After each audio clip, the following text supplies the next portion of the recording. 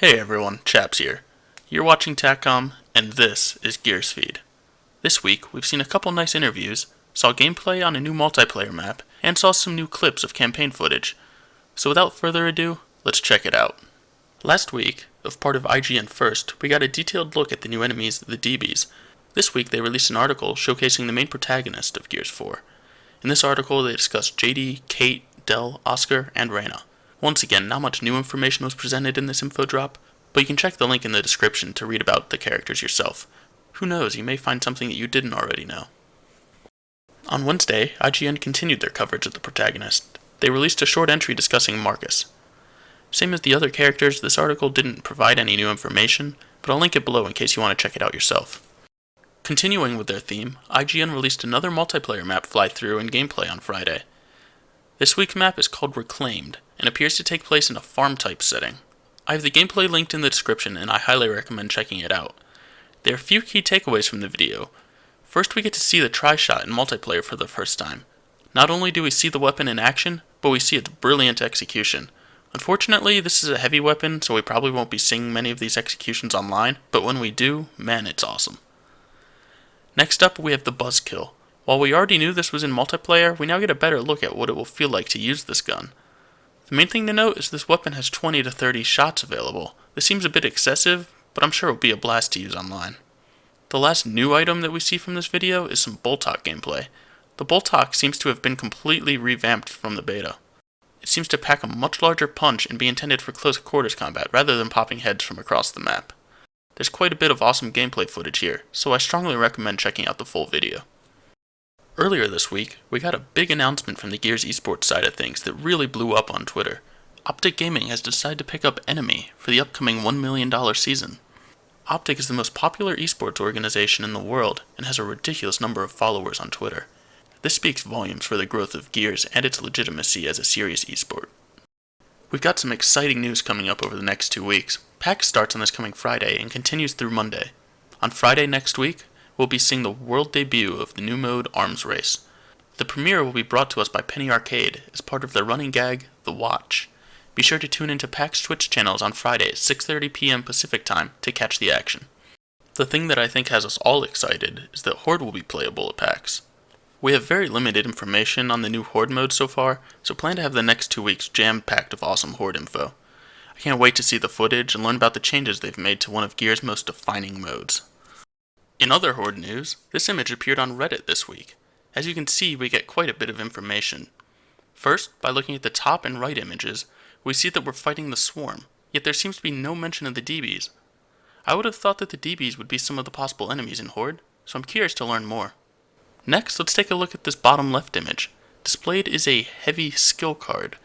This leads me to believe that not only will Horde have skill cards to use, which we already knew, but we will have various levels of these cards, such as heavy.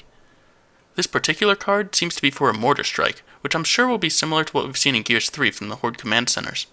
The last snippet of information I'm grabbing from this image is that the card seems to be used before the match starts, not just the wave.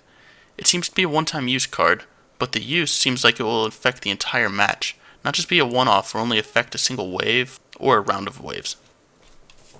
Friday morning, we got news that the score for Gears of War 4 was composed by Ramin Djawadi.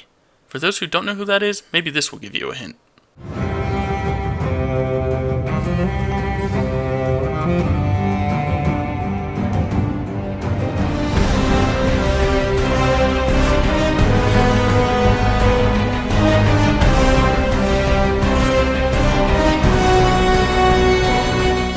Yup, that's right.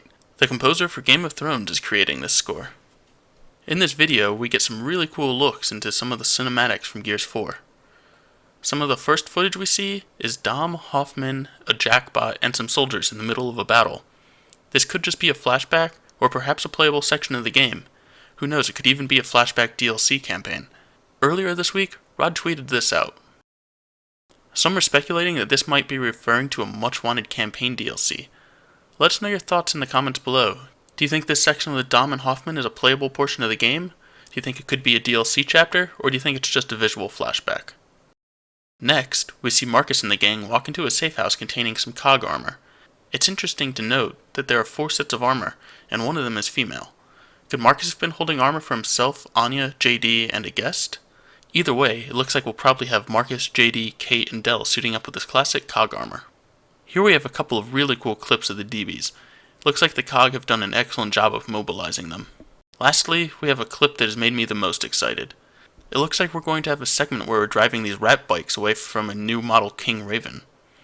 My guess is that this will be a semi-rail type segment, similar to the Reavers near the end of Gears 2.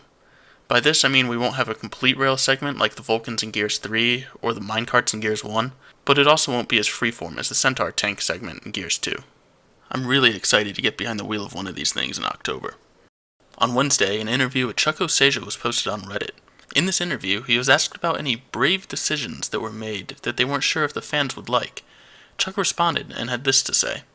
Yes. Yeah? Yeah, but I can't tell you about it. It's near the end of the campaign. I'm super excited for people to see it. I think it's gonna. I think people are gonna love it because it feels like Gears, but it is something that is very interesting and I think very exciting. And when you get to play it, you send me an email and tell me if you like it or not, because I love it. I think it's fantastic, but I can't talk about it right now. Sorry.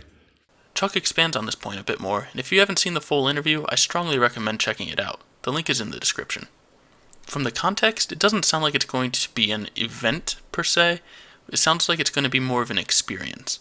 At first, I speculated this would be an aerial combat or flying portion of the game, but based on the clips that came out Friday, I'm curious to see if this is referencing the rat bike segment. Personally, I speculate that the clips we saw were from earlier portions of the campaign. Being that the segment Chuck is talking about is near the end of the campaign, I still have high hopes that I might finally get to fly a Raven. And that brings us to the end of the video. If you enjoyed this video, give it a like and let us know your thoughts in the comments below. To make sure you don't miss any of our discussions, make sure you subscribe and follow us on Twitter. Also, don't forget to follow @GalFeed to stay up to date with all of your favorite Gears news, where you'll be seeing real-time updates covering anything and everything Gears of War. Once again, this has been an episode of Gears Feed on Tac-Com, and until next time, thanks for watching.